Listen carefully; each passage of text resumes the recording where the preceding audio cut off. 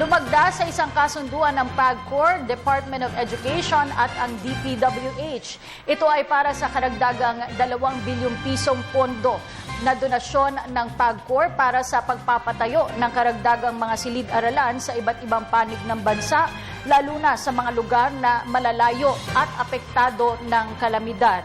Inaasahang mahigit sa 1,500 ang maipatatayo gamit ang bagong pondong ito. 71 rito ay tatayo sa Bohol na iniyanig ng 7.2 magnitude na lindol noong Oktubre noong nakaraang taon. Sa kabuuan, 906 na paaralan ang naipatayo sa iba't ibang panig ng bansa, habang 630 paaralan naman ang kasalukuyan pang ipinagagawa gamit ang inisyal na 5 bilyong piso mula pa rin sa PAGCOR.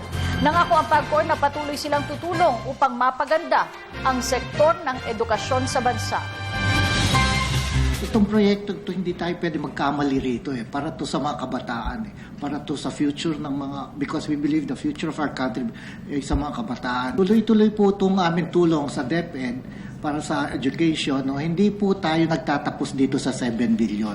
Makakaasa pa po kayo, may karagdagan pa po ito, either sa school buildings or sa computers, na talagang pinag-aaralan namin, nagtitipid po kami sa PAGCOR, pinapataas natin po revenue natin para mas malaking tulong po natin. And again, hindi po itong katapusan sa aming pagbibigay sa DepEd. Sana po sa DPWH, mapabilis lang po at para kung matapos, makadagdag kami ng bagong donasyon para, ito para to help in the education of our youth.